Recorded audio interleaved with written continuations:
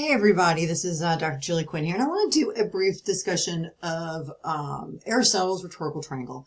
You'll notice that there are actually four Greek words that are embedded in this image here: logos, ethos, pathos, and kairos.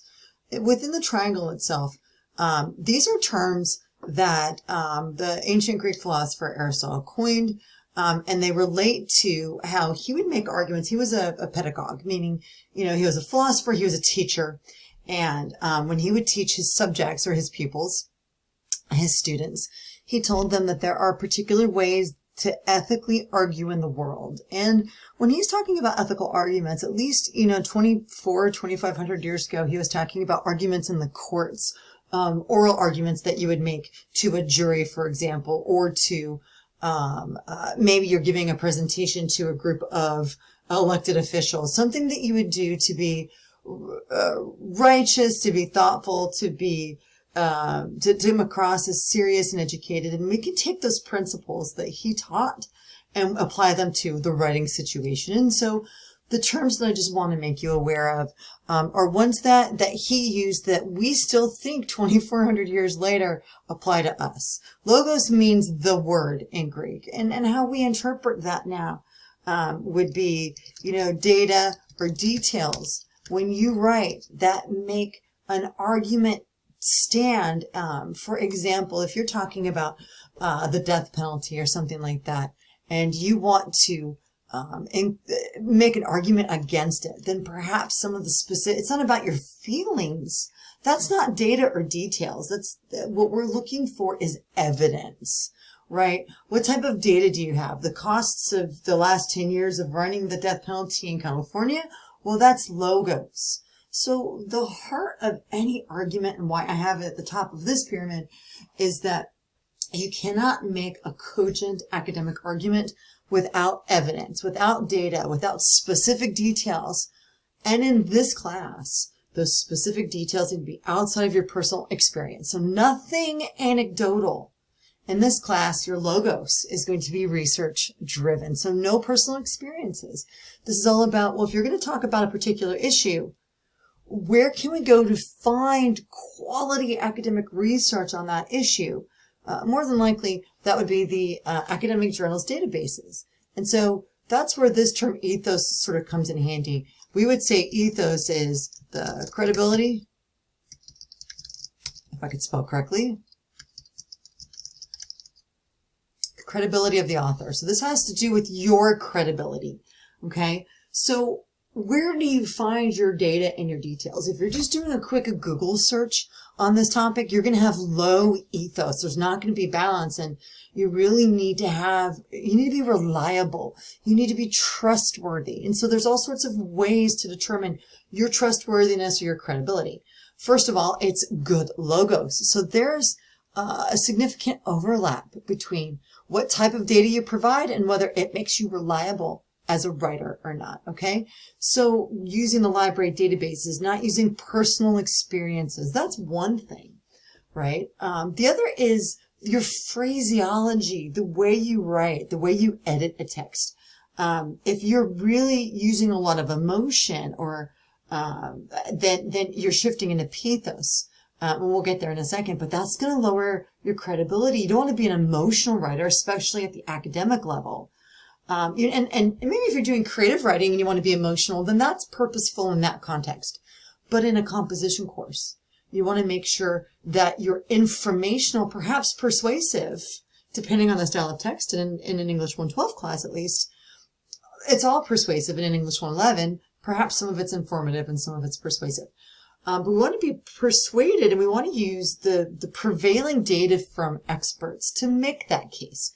So the quality of your research, your appropriate tone, not getting too excitable, and the clearness with which you write. So you are more credible when there are not typographical errors in your text, or at least at this level, there are few errors, that you proofread your work, that you make sure that it flows, that you make sure it is clear at the sentence level.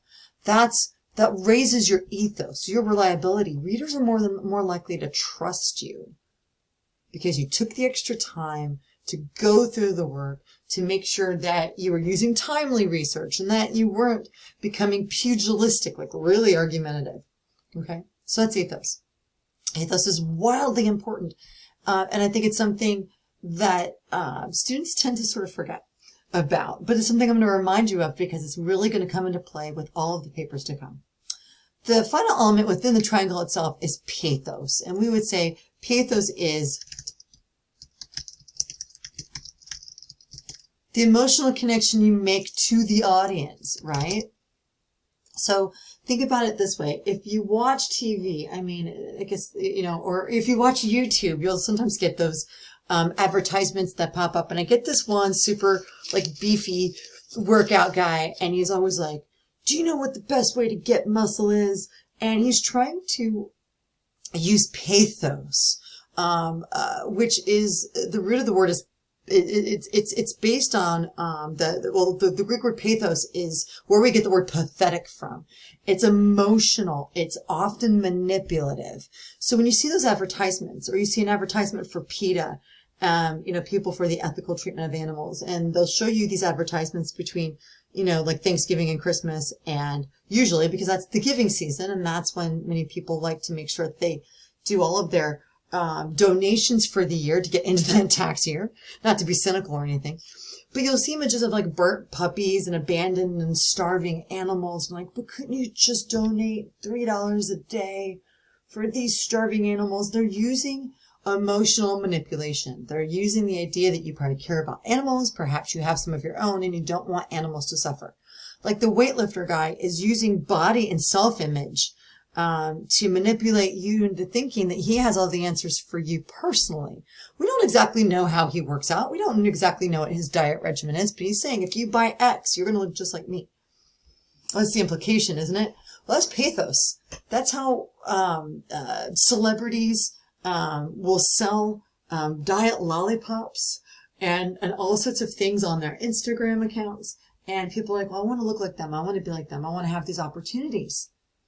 But in academic writing, and Aristotle argued that in ethical speech giving, in communications with others, you try to persuade them, don't overly use emotion. Now, it doesn't mean it has to be out of the text entirely.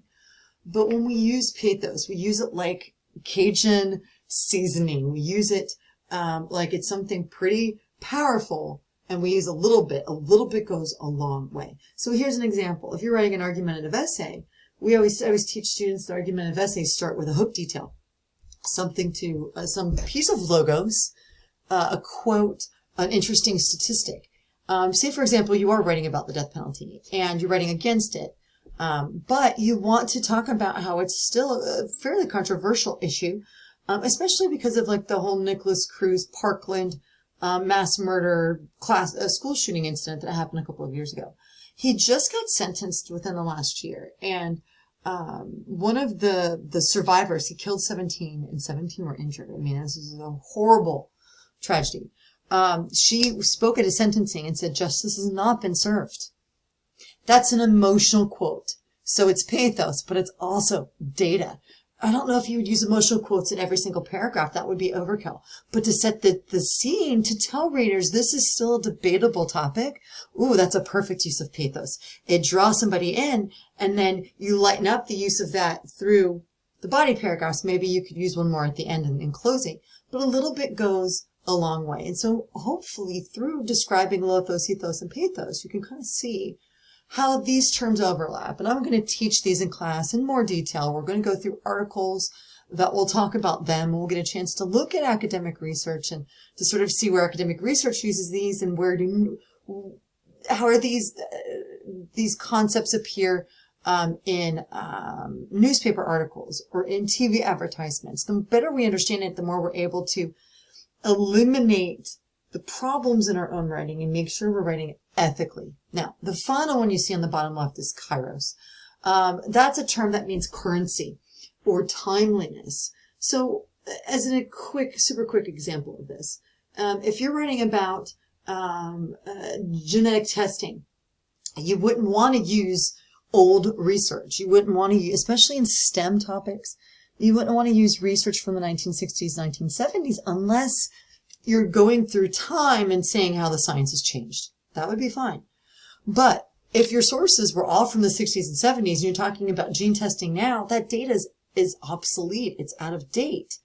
So depending on your topic, Kairos is really important. The currency, the timeliness of the research that you're using. So I wanted to add that in here because I think that's also an important component. When I'm looking at science research, you want your research to predominantly be within the last 5 years, right? Especially if you're doing IT-related research or technology in the classroom. Technology in the classroom has radically changed over the last couple of years. So these are the concepts that we're borrowing and modifying from Aristotle, certainly. And you can see this rhetorical triangle where ethos and logos overlap, where logos and pathos overlap, and where ethos and pathos overlap. We're going to practice it ourselves, and we're going to use these as editing tools. So when we write, I'm going to ask you during draft phases to highlight the logos in every body paragraph. Then I'm going to ask you to read through it and to eliminate too much pathos to make your ethos stronger.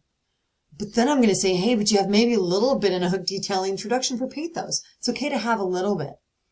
So we're going to use these terms. You're going to adapt your writing to them. And it's going to make you a much stronger critical academic writer. So that's my brief overview of the rhetorical triangle from sort of an Aristotelian point of view. We'll talk about this more in the class in the upcoming weeks.